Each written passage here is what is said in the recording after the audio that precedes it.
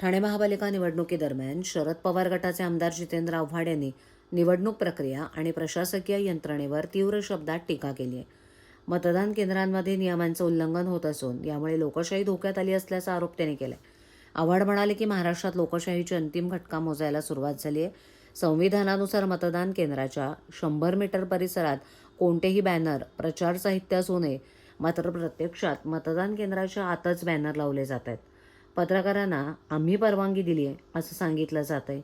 वृषाली पाटील नावाच्या अधिकाऱ्यांनी जर आतमध्ये बॅनर लावल्याची परवानगी दिली असेल तर हा अत्यंत धक्कादायक प्रकार आहे असा आरोप त्यांनी केला.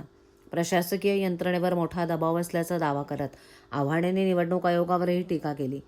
जर अशी स्थिती असेल तर पुढच्या निवडणुका सत्ताधाऱ्यांनीच घ्याव्यात.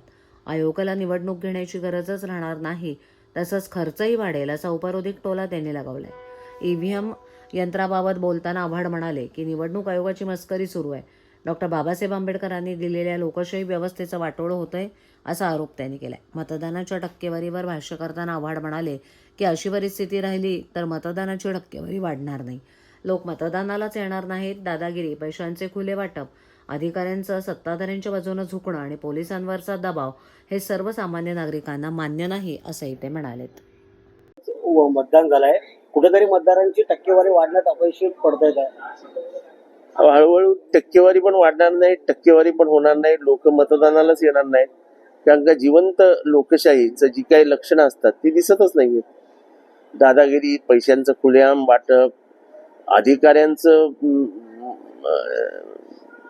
सत्ताधाऱ्यांच्या बाजूला झुकणं, जणू काय आपण सत्ताधाऱ्यांचे नोकर आहोत अशा पद्धतीने अधिकाऱ्यांचं वागणं, पोलीस यंत्रणेवरती असलेला प्रचंड दबाव, बूथच्या आतमध्ये जाऊन दादागिरी करणं, हे सगळं चालू असेल तर लोकांना पण नाही आवडत. मंत्रिमंडळातले मंत्री आहेत गणेश नाईक, त्यांचंच नाव नाहीये. गणेश नाईकांचं नाव नाही. मतदार यादीमध्ये नाव नव्हतं त्यांचं. एकनाथ शिंदेंना विचारत होतं. सर, नोटा संदर्भात याचिका दाखल केलेली होती, मात्र कोर्टाने सांगितलं की तुम्ही त्या ठिकाणावरचे मतदार नाही, त्यामुळे ती फेटाळली कोर्टाने. नाही, मला माहित नाही. याच वृषाली पाटील यांच्या विरोधात अगोदर देखील मी कारवाई स्वतः या वृषाली पाटीलांविरुद्ध सांगितलं होतं की या वाटेल ते करतात, वाटेल तशा वागतात, काहीही निर्णय देतात. पण निवडणूक आयोगाला लक्षच द्यायचं नाही. निवडणूक आयोगाला म्हणजे या प्रक्रियेच 12 वाजवायचे, त्याला आपण काही करू तुमच्या शकत मुलांनी देखील आरोप केले की निवडणुका कशाला घेता, निवडणुका घेऊच नका, काय फायदा?